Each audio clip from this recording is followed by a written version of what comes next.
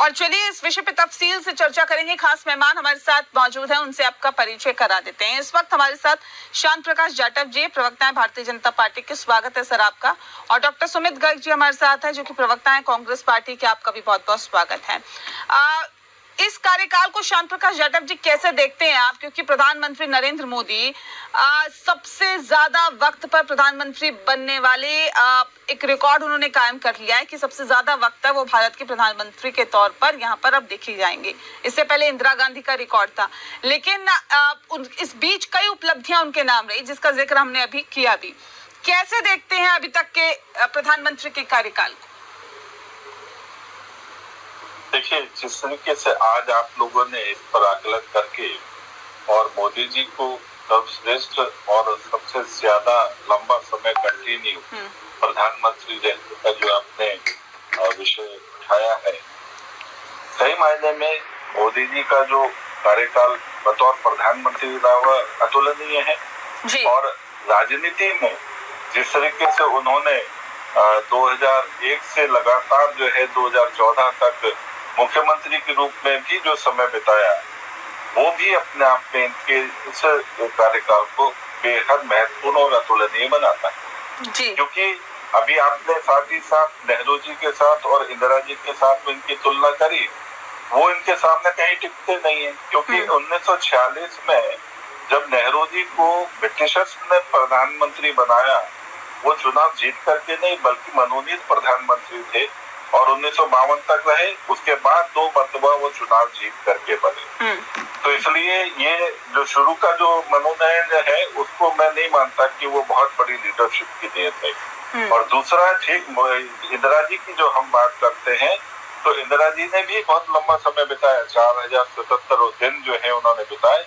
मगर 1971 से 1977 तक जो 6 वर्ष का जो कार्यकाल है, वो उन्होंने एक जीते हुए सांसद के रूप में नहीं बल्कि एक हारे हुए सांसद के रूप में और हठधर्मिता के साथ में बिताया। इसलिए इन दोनों के कार्यकाल का मोदी जी के कार्यकाल के साथ में तुलना किसी भी सूरत में मैं नहीं मानता कि जायज है। इनका जो काम है वो जनता के बीच में काम खड़ा करके, जनता के द्वारा चिन्हित और चयनित करके जो है उन्होंने मुख्यमंत्री का कार्यकाल पूरा किया और अब प्रधानमंत्री का कार्यकाल पूरा किया। ये सही मायने में भारत के गौरव के रूप में जो है आज मुख्यमंत्री प्रधानमंत्री मोदी जी नजर आते हैं। और इनके सामने किसी की भी तुलना जो है वो मैं नहीं समझता कि वो जाए। यहाँ क्या किया, नोटबंदी करके पूरे हिंदुस्तान को बैंकों की लाइन में खड़ा करके मरने पर और एक एक रुपए के लिए मोहताज करने का काम किया। इसलिए मैं कह देता हूँ वाकई में कोई कंपैरिजन नहीं। ठीक है शांत प्रकाश जी, देखिए बात अगर इसकी करें कि मोदी ने क्या क्या किया, लेकिन उसके साथ साथ क्या क्या गलत डिसीजन रहे। पहले अगर इंदिरा गांधी के कार्यकाल की बात करें तो स्वीकार करती थी कि हाँ भाई हमसे गलती हो गई है, उसके लिए मैं माफी मांगती हूँ, जिस बात का जिक्र अभी सुमित जी भी कर रहे थे। लेकिन ऐसा नहीं कि सरकार में, किसी भी सरकार में गलतियां नहीं होती है, गलत फैसले नहीं लिए जाते जिसमें पछतावा होता है, लेकिन स्वीकार्यता नहीं होती। लगता है आपको ऐसा कि यहाँ पे भी स्वीकार्यता नहीं है? नहीं, देखिए हमारे शासन में, मोदी जी के शासन में कहीं कोई गलतियां नहीं है। बेचैन और परेशान वो लोग हैं जो अकंठ भ्रष्टाचार में डूबे हुए हैं। नोटबंदी उससे नुकसान जो है वो किसी गरीब का नहीं बल्कि जिन लोगों के घरों में पैसा भरा हुआ था ना, उनको है परेशानी। और मैं आपको एक बात और बताऊं, अभी जिस तरीके से बात कर रहे हैं कि माफी की और ऑपरेशन सिंदूर के बारे में जो बात कर रहे हैं, नेहरू जी के शासनकाल में 90,000 किलोमीटर भारत पर कब्जा कर गया चीन ने। इस पर तालियां पीटे हैं। 1971 में 93,000 सैनिक इन्होंने पकड़ लिए, मगर आपने पीओके नहीं छोड़ाया बल्कि उनके 93,000 सैनिक जो छोड़ दिए। मतलब इस पर तालियां पीटे, आप जबरदस्ती ताली पिटवा लो। आपने 93,000 सैनिक छोड़े, 2 साल भारत में खिला पिला करके, वो तुरंत भी नहीं छोड़े गए, भारत में खिला पिला करके छोड़े। और आप उसमें पीओके जो है ना, पीओके भी दे रहे हैं और 93,000 सैनिक भी छोड़ रहे हैं। और जो भारत के जो 56 सैनिक जो अरेस्ट हो रखे थे पाकिस्तान में, उन्हें भी नहीं छुड़ाया और ताली पिटवा रहे हैं भाई साहब की जो है ना, बहुत बड़ा दुर्गा ने काम कर दिया। आज दिखाई दे रहा है। और हारा हुआ एक सांसद जिसे कोर्ट ने हारा हुआ घोषित कर दिया, वो 6 वर्ष तक भारत पर शासन करता है और कहते हैं कि इमरजेंसी की तो हमने माफी मांग ली थी। आपने हारे हुए सांसद, इतना बड़ा दुर्भाग्य है इस देश का कि एक हारा हुआ सांसद 6 वर्ष तक भारत पर शासन करता है और वो इमरजेंसी लगा देता है। उसके बाद कहता है गलती होगी जी, सॉरी। तो आपने तो ऐसे झूठे नेगेटिव करे। अभी सुमित जी कितने दचा करके बातें कर रहे हैं उन बातों की जो इस देश के नुकसान के लिए, जिसके लिए इस देश की आपने जमीन खो दी, इस पीओके आपकी वजह से गया, पाकिस्तान का सारा जो चीन का जो हमारा बॉर्डर है जिस पर चीन ने कब्जा कर रखा, वो आपके कारण से गया और बात आप हमारे ऊपर कर रहे हैं। नोटबंदी से आप लोग परेशान है। मैं नेहा जी एक बात कहूंगा, आप गूगल सर्च करके देखना 1971, 72, 73 में जो इनकम टैक्स स्लैब जो है वो 93% से 97% तक हुआ करती थी। यानी मैक्सिमम काम जो है वो उस पर 97% तक टैक्स लगा करता था और यही कारण है कि उस वक्त में सबसे ज्यादा ब्लैक मनी जो है वो भारत में इस्तेमाल की जाती थी। सारी प्रॉपर्टियां, तमाम कारोबार, तमाम जो स्मगलर, वो उस वक्त में उस दौर। शांत प्रकाश जी, लेकिन क्या वो सब रुक गया? क्या आतंकवाद खत्म हो गया? नोटबंदी के बाद लोग तो ऐसे कह रहे हैं, विपक्ष भी ऐसा कहता है कि ये सबसे बड़ा फैसला गलत लिया गया था और ये बहुत ही गलत फैसला था नोटबंदी का। इसने ना सिर्फ लोगों को परेशान किया बल्कि कुछ भी इससे हासिल नहीं हुआ। नेहा जी, जिस वक्त हमने ये सरकार संभाली उस वक्त में जम्मू कश्मीर में पत्थर फेंकने की घटनाएं हुआ करती थी और लगभग प्रतिदिन वो 500 रुपया दे करके और प्रतिदिन वहां के जो है वो पत्थर फेंकवाए जाते। नोटबंदी खत्म करने से जो उनके पास में काला पैसा रखा हुआ था वो डैमेज हो गया, खत्म हो गया और पैरेलल इकोनॉमी जो है, क्योंकि नकली नोट इतना छप करके आ रहा था विदेश से, वो उसके सब चीजें साक्ष्य भी मिले, तो वो इतना बड़ी तादाद में नकली नोट भारत में जो है करेंसी में चल रहा था कि उसको संभालना और उसी के कारण से सब चीजें मैनेज हो रही थी। 3-3 नोट, 4-4 नोट दे जाने की परंपरा चल रही थी नकली नोट। तो नोटबंदी करने से उस चीज के ऊपर बहुत बड़ा डैमेज हुआ और जो इनके घरों में ऑफिस में जो ब्लैक मनी भरी हुई थी जिसको ये दुरुपयोग करते थे, वो पैसा वो जमा नहीं कर पाए और इसीलिए इनको तड़प है। गरीब आदमी से किसी से भी मिल लो, किसी को कोई फर्क नहीं पड़ता, किसी के पास 2 नोट या किसी के पास 4 नोट थे। तो इसलिए नोटबंदी पर जो विधवा विलाप है ये वही लोग कर रहे हैं जिनके घरों में वो पैसा जो था वो खत्म हुआ, खराब हुआ और जो आतंकवाद जो विदेशी पैसे से पनप रहा था उसके ऊपर चोट पड़ी। आज के डेट में आप ये मान करके चलो कि पिछले 11 वर्ष में कहीं पर भी आपको बम फटने की घटना देखने सुनने को मिल रही है।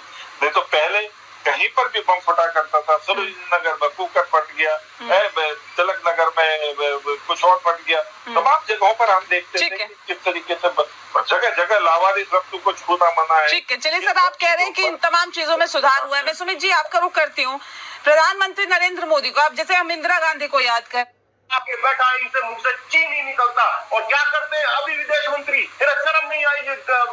ऐसा आतंकवाद होता है कि आतंकवादी मारते हैं, चले जाते हैं, कोई पूछने वाला नहीं, कोई पकड़ने वाला नहीं और आईएसआई को बुला के इस देश की धरती पर उसकी जांच करवाने का कुकृत्य अगर कोई करता है तो मोदी सेना, अगर मोदी की सरकार करती है। ये सब करा इन्होंने, आईएसआई को लाके नेहा दी, हिंदुस्तान की धरती पर जांच करा दी और ये कहते हैं कि साहब बहुत महान काम किया। महान नहीं, आपने इस देश की अगर अस्मिता को गिराने का किसी प्रधानमंत्री ने सबसे ज्यादा काम किसी भी रूप में किया हो तो वो नरेंद्र मोदी है। कैसे याद किया जाएगा अब ये तो बता दीजिए। मैंने कहा ना, इस देश का सबसे ज्यादा फेलियर सरेंडर प्रधानमंत्री अगर कोई है तो वो नरेंद्र मोदी और इसी रूप में याद किया जाएगा। एक आक्रामकता था, एक ऐसे अश्रू व्यक्ति था जिसने सरेंडर किया और इस देश पे ईडी सीबीआई एजेंसियों के सहारे राज करने का काम किया, वोट चुराने का काम किया। ये तो देखिए यूपीए सरकार में भी कहा जाता था ना, राष्ट्रपति का ईडी और सीबीआई वाला तो यूपीए सरकार में भी कहा जाता था ना सर। ये तो कोई नया आरोप नहीं है, जिसकी भी केंद्र में सरकार होती है उस पर तो ये आरोप लगते ही हैं, चाहे फिर प्रधानमंत्री नरेंद्र मोदी हो या फिर। जी मैं बता देता हूँ, ये ईडी के लिए इस देश की सर्वोच्च अदालत का निर्णय है। इस देश की सर्वोच्च अदालत ने बोला ईडी के लिए, मैं नहीं कह रहा। इस देश की सर्वोच्च अदालत कह रही है कि राजनीतिक लड़ाइयों के लिए ईडी का दुरुपयोग किया जा रहा है, मैं नहीं कह रहा। इस देश की सर्वोच्च अदालत सीबीआई के लिए क्या कहा था अदालत ने? सीबीआई के लिए भी तो अदालत ने कुछ कहा था। हाँ तो हमने स्वीकार किया उसको। मतलब आप मानते हैं कि आप लोगों ने अपने कार्यकाल में सुमित जी गलत किया, मैं कह रहा हूँ गलत किया तो जनादेश की हमने सामना किया। हमने जनादेश चुराने का कृत्य नहीं किया। अगर हमारी कोई गलतियां थी हम तो स्वीकार करते हैं ना कि हमने अतीत में गलतियां। ये अच्छी बात है। देखिए ये स्वीकार्यता है, इसमें कोई दो राय नहीं है। कैसे हो सकता है? ठीक है, शांत प्रकाश जी बड़ा मुस्कुरा रहे हैं सर। आप जाटव जी उनको भगवान मानने का काम कर रहे हैं। भगवान मान रहे हैं क्या आप उन्हें? अगर गलतियां अगर हुई है तो एक्सेप्ट होनी चाहिए ना सर। देखिए सुमित जी जिस तरीके से आप भड़क रहे हैं, मैं समझता हूँ कि धैर्य रखना चाहिए, क्योंकि अभी तो बहुत भड़कना पड़ेगा। मैं बिल्कुल नहीं भड़क रहा, मैं बिल्कुल नहीं भड़क रहा। मैं तो आपको जवाब बहुत परेशान है। हाँ तो आप बुजुर्ग आदमी है, कोई इतना ज्यादा चीखो नहीं, राजनीति मैं बुजुर्ग रहने वाला ज्यादा बुजुर्ग की शायद कोई बात नहीं, मैं जाता हूँ।